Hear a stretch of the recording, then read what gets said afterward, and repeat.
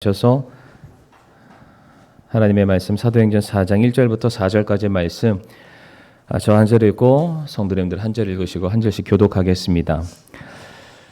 그들이 백성에게 말하고 있을 때에 제사장들과 성전의 대장과 사두개인들이 그들에게 이르러서는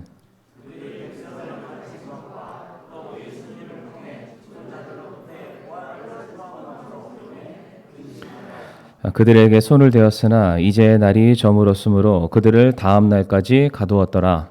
그럼에도 불구하고 그 말씀을 들은 사람들 중에 많은 이가 믿었고 남자의 수가 5천쯤 되더라. 아멘. 말씀을 위해서 함께 기도하겠습니다. 사랑과 은혜가 많으신 하나님 아버지, 또 우리들을 구원하여 주시고 하나님의 자녀 삼아 주시며 천국의 복된 소망을 우리들에게 선물로 주심을 이 시간 감사를 드립니다.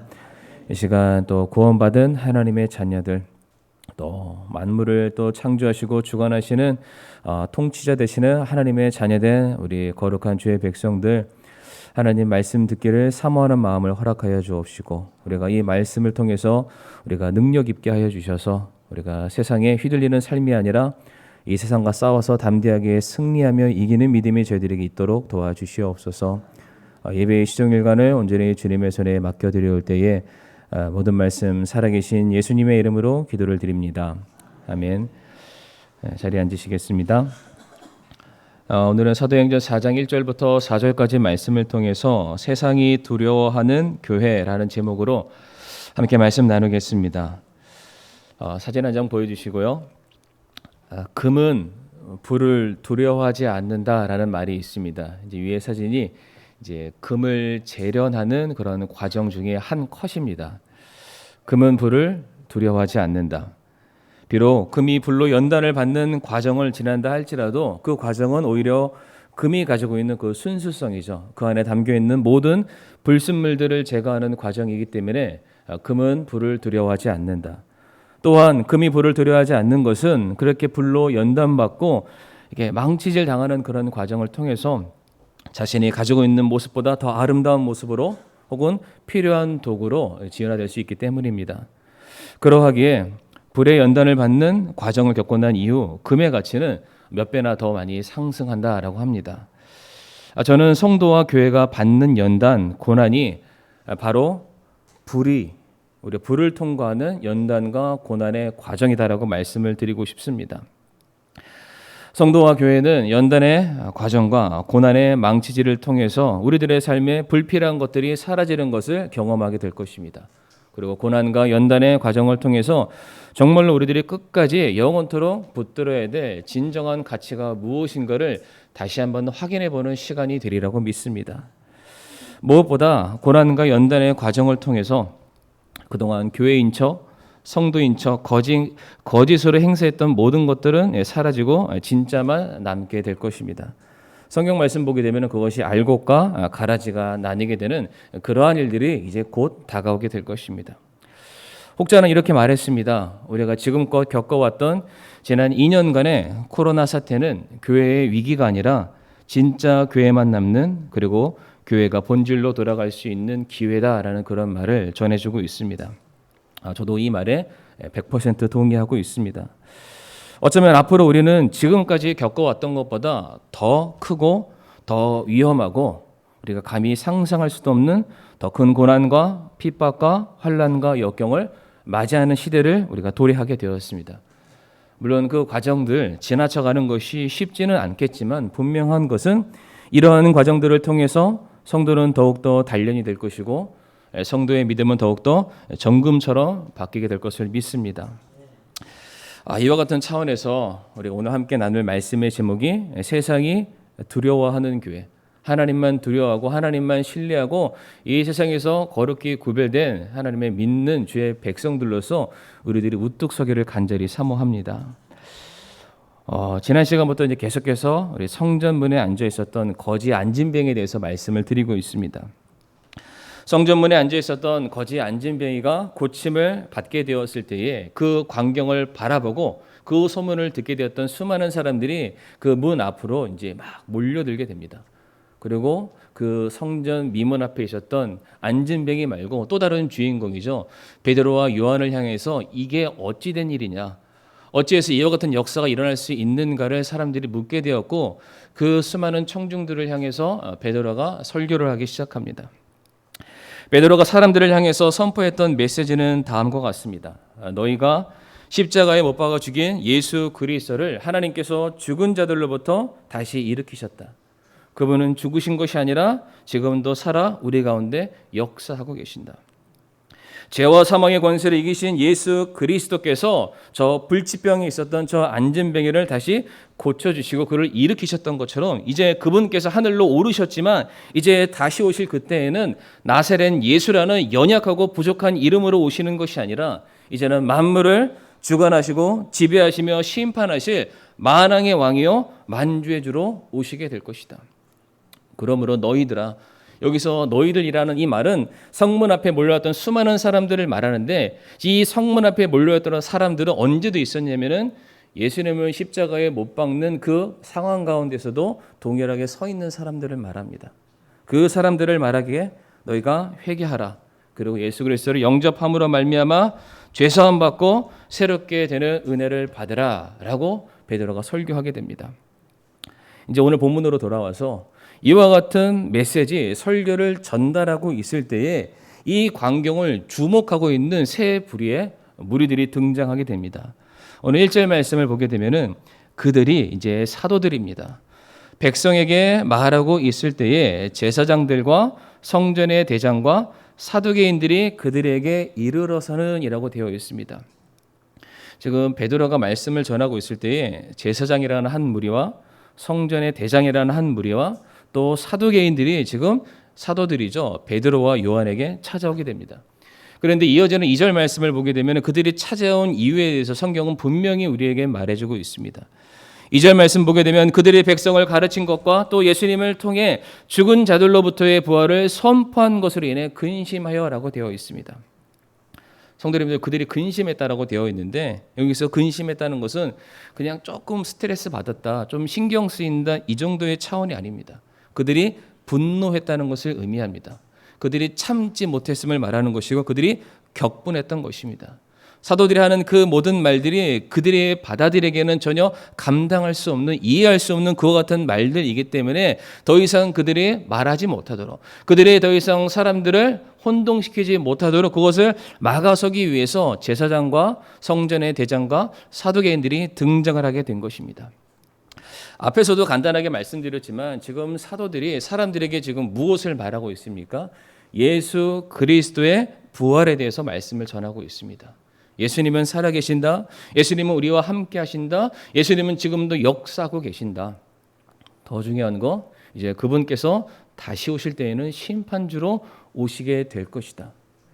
지금 제사장과 성전의 대장과 사두개인들은 사도들이 하는 이 말이 너무나도 싫었던 것입니다. 그렇다면 왜 이들이 부활에 대한 메시지를 받아들이기를 거부했던 이유는 무엇일까요? 지금 세 부류의 무리들이 등장한다고 말씀드렸는데 하나하나 설명을 드리도록 하겠습니다. 첫 번째, 제사장에 대해서 설명을 드리게 될 텐데, 제사장들은 성전 안에서 드려지는 모든 제사의식, 예배를 주관하는 자들을 말합니다. 뿐만 아니라 이 사람들은 재판하는 일과 또 정결한 것과 부정한 것을 판단하고 가르는 모든 일들을 주관하는 사람들을 우리가 의미할 수 있습니다. 제사장의 경우에는 하나님 앞에서는 이스라엘 모든 민족을 대표하는 사람이었고 또한 이스라엘 앞에서는 하나님을 대변하는 사람이기도 했습니다. 이와 같은 조건들을 가지고 있기 때문에 당시 제사장은 명실상부 모든 사람들에게 존경받는 덕망 있는 이스라엘을 이끄는 지도자 그룹 중에 하나였습니다. 그런데 오늘 본문 말씀 보게 되면 제사장이 등장하는데 오늘 사도행전 4장 6절의 말씀을 우리 성도님들 눈으로 한번 보시길 바랍니다. 여기에 찾아왔던 제사장이 누구였는지를 말할 때 6절 말씀에 안나스와 가야바라는 사람이 등장하고 있습니다. 물론 그 외에도 제사장에 관련된 그룹들이 더 있었겠지만 그들을 대표하는 두 사람이 안나스와 가야바입니다. 성도님들, 안나스와 가야바 하면은 혹시 생각나는 사건 있으십니까? 요한복음 18장 말씀 보게 되면은 바로 안나스와 가야바가 모든 유대인들을 선동함으로 말미암아 이제 빌라도 총독에게 예수님을 넘겨서 십자가에 못 박아 죽도록 뒤에서 압력을 행사하던 사람이 바로 안나스와 가야바가 되겠습니다. 이 사람들은 죄 없으신 예수님을 신문하였고 예수님을 비난하였고 예수님이 십자가형을 받도록 도모한 사람들이었습니다. 뿐만 아니라 빌라도가 예수님을 신문하게 되었을 때에 예수님을 향해서 이분은 무죄한 사람이다. 죄가 없는 사람이다. 나는 더 이상 이와 내가 상관하기를 원치 않는다. 라는 말을 했음에도 불구하고 그 진실을 침묵하고 묵살했던 사람이 바로 안나스와 가야바였습니다. 성도님들, 우리가 상식적으로 알기에 원래 대제사장은 한 명이어야 맞습니다. 우리의 대제사장 되신 예수 그리스도를 상징하는 유일한 중보자인 대제사장은 당대에 한 사람만 있는 것이 맞습니다. 그런데 요한복음에도 그렇고 사도행전에서도 그렇고 대제사장에 대해서 언급했을 때 항상 이 두 사람이죠. 안나스와 가야바가 동시에 등장하고 있다. 이 두 사람의 관계는 장인과 사이의 관계이기도 합니다. 배경에 대해서 아주 간략하게 설명을 드리게 되면은 당시에 대제사장이었던 안나스는 로마에 의해서 퇴진의 압력을 받게 됩니다. 로마가 이스라엘을 다스리니까 이제 우리 뜻대로 하겠다. 더 이상 너가 중간에서 왈가왈부해서는 안 된다. 그랬을 때에 안나스가 이제 물러나는 척을 합니다. 그러면서 자기는 물러나지만 당시에 친로마 정책을 펼치고 있었던 자기 사위 바로 가야바를 자기를 대신해서 대제사장의 자리에 세우게 됩니다. 그러면서 안나스는 가야바를 앞장세워서 배후에서 여전히 자기가 하고 싶은 대로 종교 지도자의 역할을 감당하게 됩니다. 그러니까 요즘 말로 쉽게 표현하면 바지 사장 하나 세워놓고 뒤에서 자기가 하고 싶은 거 다 하는 그런 모습이 되겠습니다.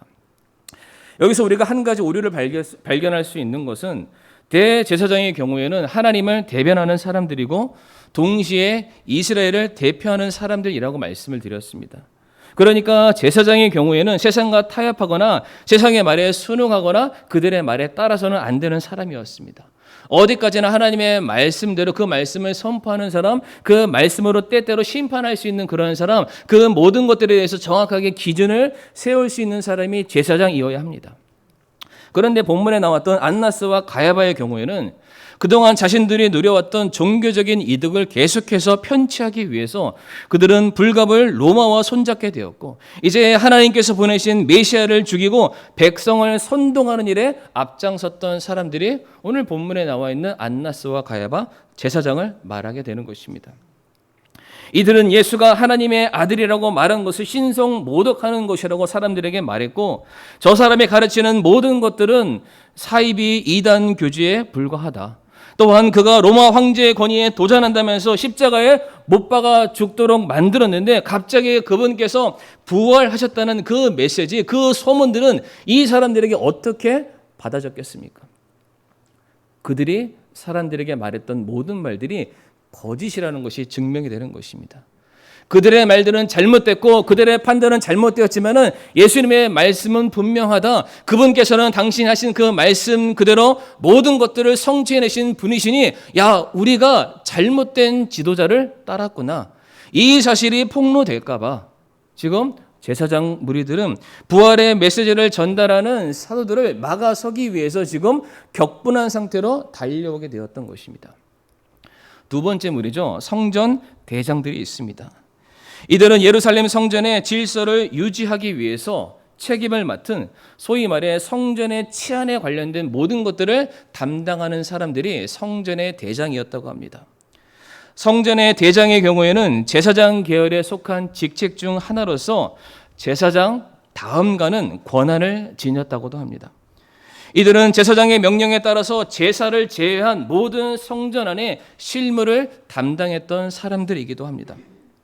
특별히 이들은 성전 안에서 발생되는 모든 사건과 사고를 그들이 잘 무마하기 위해서 성전 안에서의 질서를 유지하기 위해서 이들에게 특별히 체포 명령권과 더불어서 어떠한 사람들에게 형벌을 가하거나 체벌을 가할 수 있는 권한도 그들에게 주어졌다고 합니다. 이들의 역할들이 무엇이었습니까? 성경 말씀 보게 되면 이들이 제사장의 명령에 의해서 겟세마네 언덕에서 기도하고 계셨던 그 예수님을 찾아가서 체포하는 과정 가운데 동참했던 사람들이 이 성전의 대장들이기도 합니다. 뿐만 아니라 예수님의 제자들이 예수님의 그 시신을 훔쳐가는 것이 두려워서 그 예수님의 무덤 앞에 파수꾼을 세워서 그것을 지키겠던 사람들이 바로 이 성전의 대장이기도 합니다. 이 사람들은 어떠한 특징들을 보여주고 있습니까?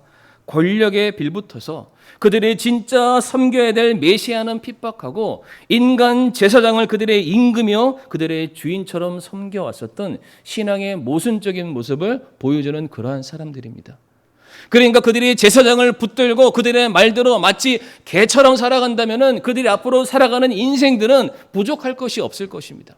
그렇기 때문에 그 말을 믿고 예수를 핍박했고 예수를 죽이는 일에 그들이 동조했었는데 그들이 죽이는 그 일에 죽었던 예수가 다시 살아났다는 이 사실은 그들이 가지고 있는 모든 것들이 빼앗길 수 있다. 그들이 소유한 모든 것들이 물거품처럼 사라질 수 있다는 그 생각에 아니다. 저들이 말하는 것을 통해서 민심이 동요해서는 안 된다. 지금 그들도 격분하여서 사도들에게 찾아가고 있는 그러한 상황입니다. 마지막 세 번째 어떠한 무리가 등장합니까? 사두개인이라는 무리들이 등장하게 됩니다. 사두개인들은 당시에 경제적, 정치적, 종교적인 실권을 장악한 무리였다고 합니다. 사두개인들은 지식층이 주류를 이루고 있었기 때문에 당시 유대인의 사법기관이었던 산헤드린 공연, 법을 만들고 법을 집행하는 이 요직을 사두개인들이 대부분 차지했다고도 합니다. 이들은 종교적인 세력까지 얻고자 대제사장을 강력하게 지지해 왔으며 이제 그들을 통해서 자신들의 이해에 따라서 하나님의 말씀이죠 율법을 해석하는 그 일에도 그들이 직간접적으로 관여했다고 합니다. 그러니까 자신들의 어떠한 권한이라고 할 수 있을까요? 아니면 자신들의 어떤 이름을 더욱더 높이기 위해서 하나님의 말씀을 그들의 필요에 따라 얼마든지 달리 해석하는 그 일들을 위해서 계속해서 뒤에서 사람들에게 돈으로 권력으로 사주했던 사람들이 바로 사두개인이었다고 합니다. 이 사람들의 경우에는 그들이 붙들고 있는 부와 권력을 지키기 위해서 수단과 방법을 가리지 않았다고 합니다. 권력과 부가 성도님들 한 곳으로 집중되면 어떠한 현상이 일어나게 됩니까? 자연적으로 그것은 부패할 수밖에 없습니다. 냄새가 나는 집단이 될 수밖에 없다는 것입니다. 그러하기에 사두개인들은 눈에 보이지 않는 하나님, 눈에 보이지 않는 천국, 정말로 죽으면 부활이 있을까 이런 막연한 생각들 때문에 정말로 복음에 대해서 천국에 대해서 하나님에 대해서 그들이 믿는다 말하고 있지만 실제로 그것을 믿는 것이 아니라 당장 그들의 눈에 보이고 손에 잡히는 물질과 권력과 현세에만 치중하는 모습을 보여왔기에 그들은 하나님을 믿는다라고 말하면서 성경 말씀을 그들이 가르치는 그런 사람임에도 불구하고 그들은 부활을 반대했고 부활을 싫어하는 사람들이기도 했습니다. 특별히 사두개인들이 왜 예수님을 싫어했을까요? 예수님께서 공생의 사역 가운데 가장 첫 번째 하셨던 메시지 그리고 늘 사람들을 만날 때마다 전했던 메시지가 회개하라. 하나님의 나라, 하나님의 왕국이 가까이 왔다. 성도님들 이 메시지가 가지고 있는 뜻이 무엇이냐면은 너희 자신을 위해서 이 땅에 세웠던 너희들의 인생의 바벨탑 같은 것들은 다 무너뜨려라. 너희들의 인생에 너희 스스로가 왕 되기 위해서 행했던 모든 일들은 다 이제 무위로 돌려라. 왜? 이 땅에 진정한 왕이신 그분께서 오셨을 때에 우리가 그 나라에 들어가고 우리가 그분의 한 권속이 되는 것이 더 중요한 것이지 너를 위한 나라를 세우는 것은 절대로 중요하지 않다. 성도님들 사두개인들은 자기만의 왕국을 건립하기 위해서 누구보다 열심을 다했던 그러한 사람들입니다. 그러한 사람들을 향해서 예수님의 메시지 한마디 한마디는 그들의 귀에 너무나도 거슬렸던 것입니다. 그래서 사두개인들은 성전에 대장을 시키고 제사장들을 설득시켜서 로마의 손에 의해서 예수님을 죽게끔 만들었는데 아니 그분께서 지금 다시 살아나셨다는 설교가 지금 사방군데 퍼지고 있는 것입니다. 그런데 그분이 단순히 살아났다는 것으로 끝나는 것이 아니라 그분께서 다시 오실 것인데 다시 오실 때에는 나사렛 예수라는 연약한 이름이 아니라 만유의 주이시고 심판주로서 이 땅에 내려와서 당신의 모든 권한을 이행하시겠다는 그 말씀이 선포되고 있을 때 이 사람들이 얼마나 두려운 가운데 빠졌겠습니까? 성도님들, 제사장들과 성전의 대장과 사두개인들이 왜 예수님을 두려워했습니까? 예수님이 부활하셨기 때문에. 다시 오실 예수님께서 반드시 모든 것들을 심판하실 것이기 때문에 그들이 그 사실이 두려웠던 것입니다. 로마서 2장 6절부터 8절까지 말씀을 보게 되면 이와 같은 말씀이 있습니다. 로마서 2장 6절부터 8절까지 말씀 보게 되면 그분께서 각 사람에게 그의 행위대로 갚으시되, 주님께서 우리가 이 땅에서 어떠한 모습으로 살아왔는지 우리가 행한 모든 것들은 다 기억하시고 다 계수하시고 반드시 그 행한 일에 대해서 갚으시겠다라고 말씀하십니다.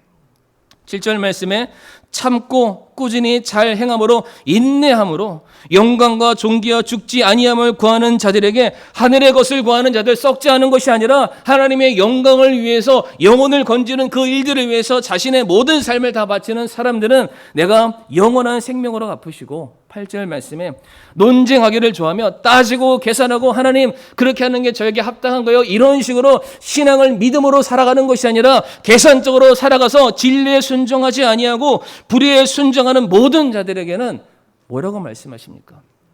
경노와 진노로 갚으시겠다라고 말씀하십니다.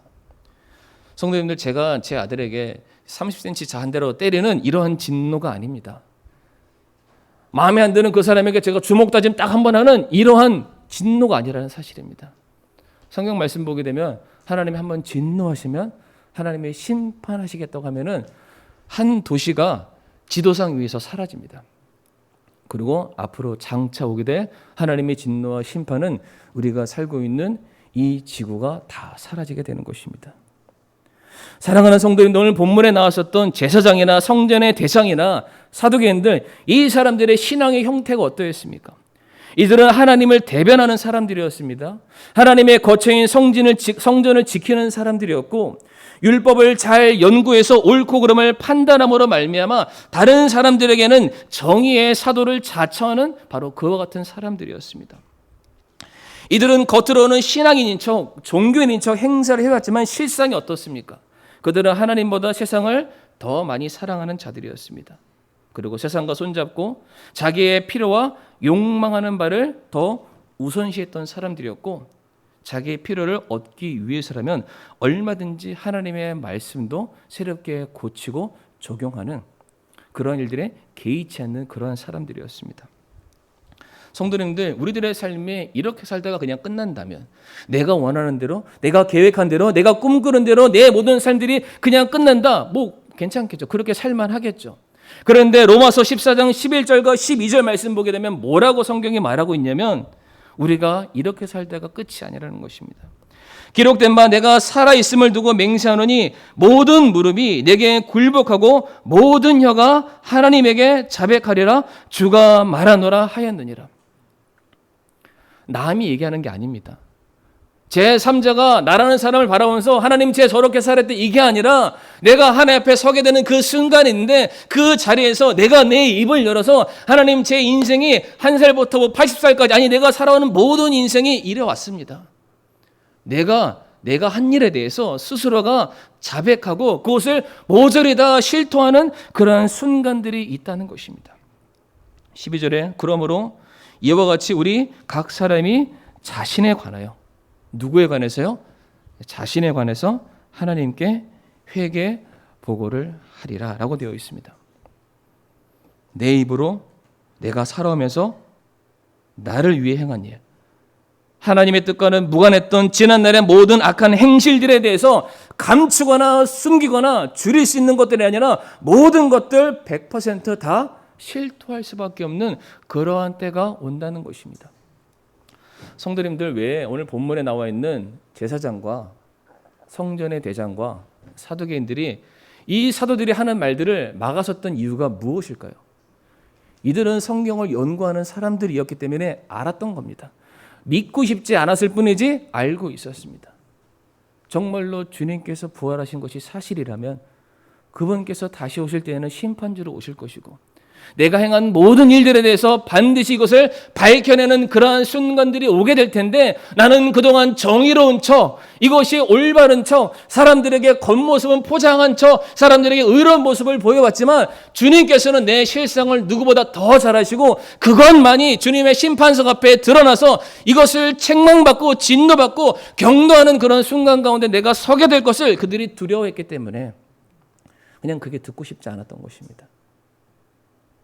반드시 이때는 오는 것은 사실인데 그들이 살고 있는 이 순간만큼은 그들이 그 사실을 듣고 싶지 않았던 것입니다.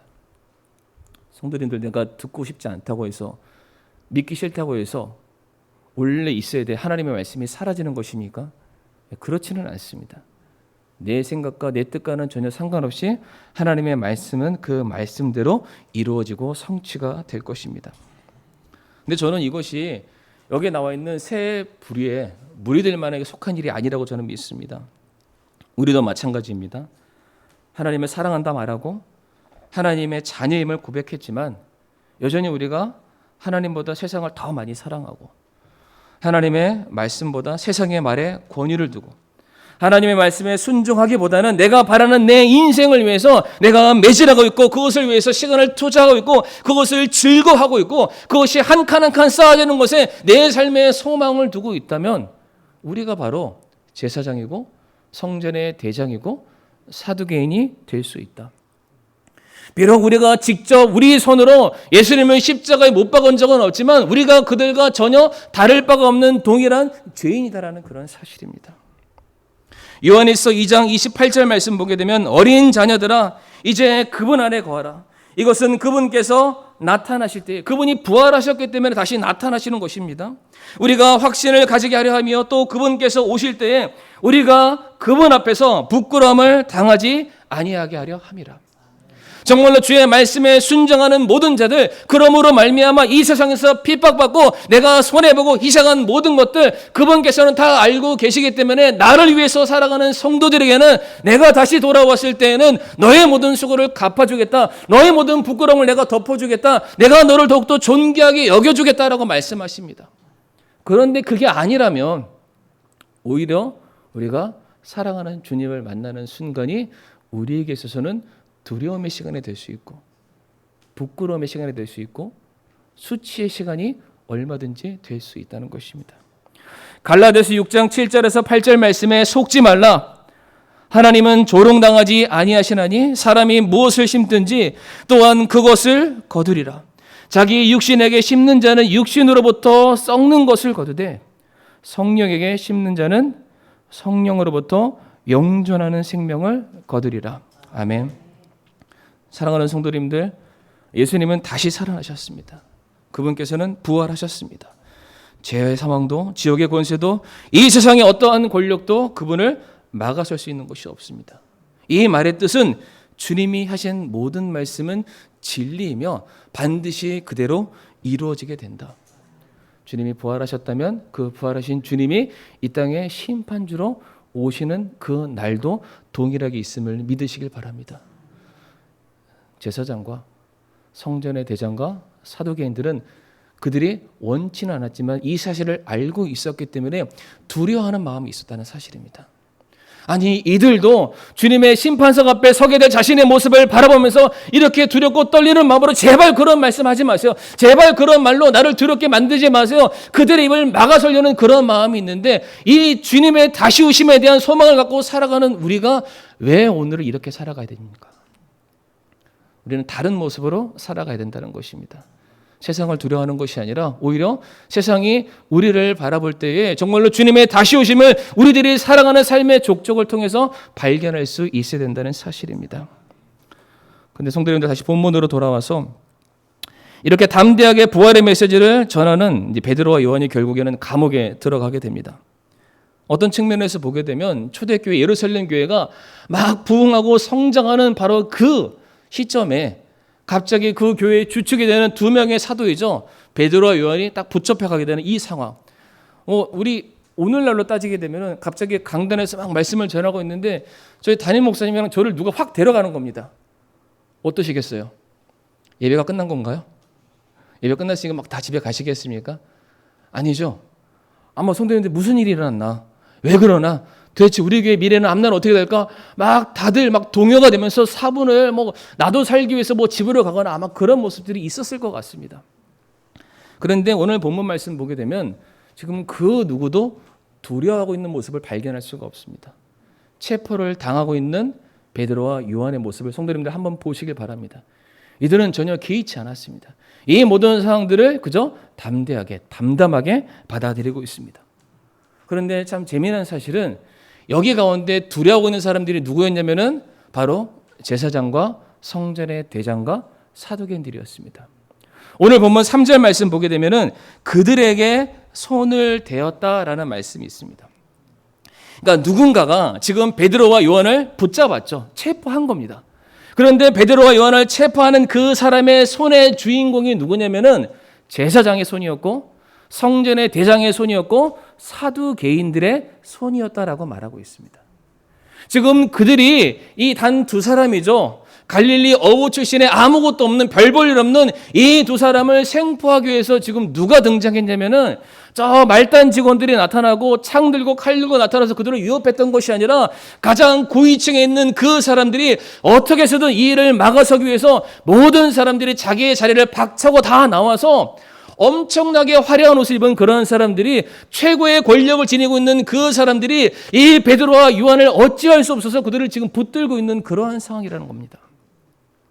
그리고 말씀 잘 보게 되면 베드로와 요한을 붙잡았을 때에 날이 저물었기 때문에 그 다음날 날이 밝았을 때에 그들을 법적으로 온전하게 심판하기 위해서 그때까지 아마 시간이 12시간이 지날 수도 있고요. 그보다 더한 시간 그 무리들이 어딘가를 떠나지 아니하고 계속해서 지금 베드로와 요한을 그들의 손으로 붙들고 있는 그런 상황입니다.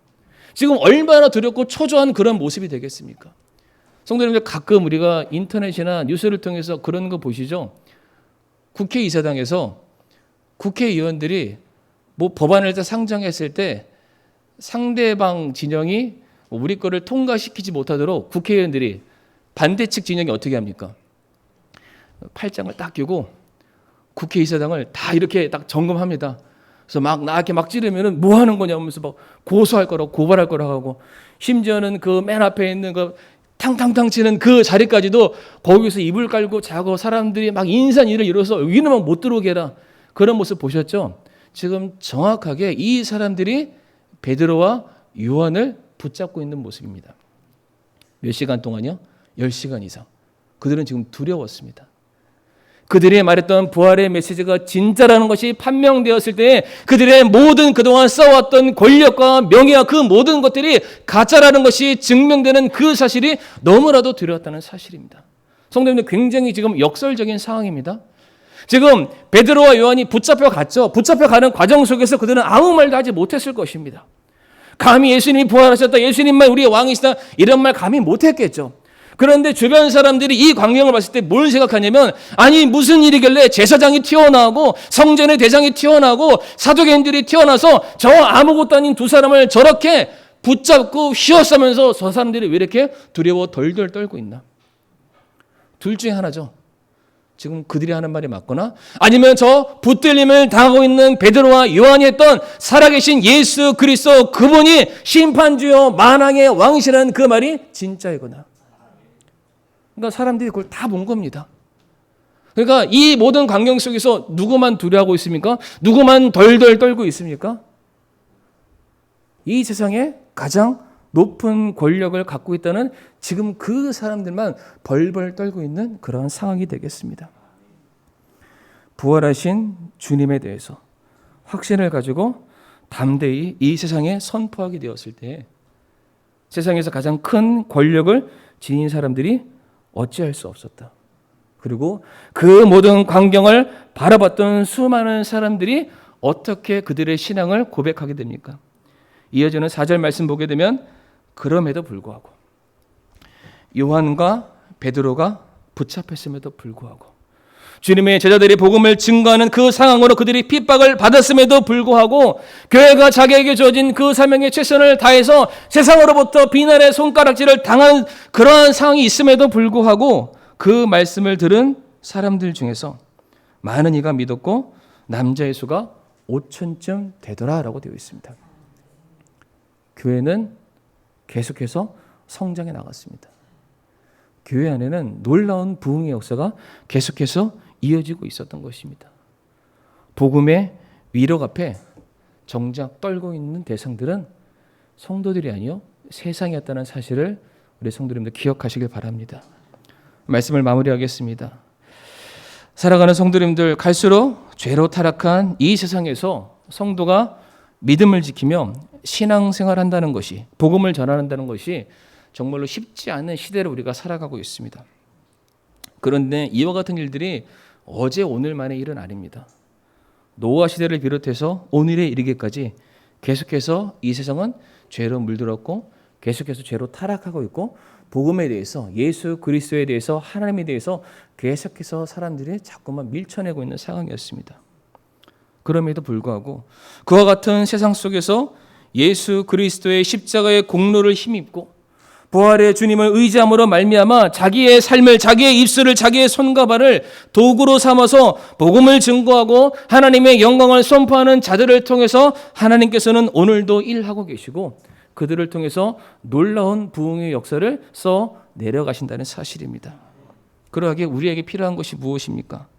제사장이나 성전의 대장, 사두개인들처럼 이 세상에 썩어 없어질 것들과 우리가 손잡고 타협할 것이 아니라 주님께서 우리에게 주시는 생명의 말씀, 능력의 말씀, 위로의 말씀, 그리고 위력의 말씀을 가지고 우리가 나아갈 때에 세상은 우리를 함부로하지 못할 것이요, 오히려 우리의 순종함을 통해서 주님의 이름은 더욱더 높아지게 될 것이고, 이 교회에 정말로 이 구별된 진리의 복음의 말씀을 사람들이 경험하게 되었을 때 더 많은 믿고자 하는 사람들이 더해질 것을 믿으시기를 바랍니다.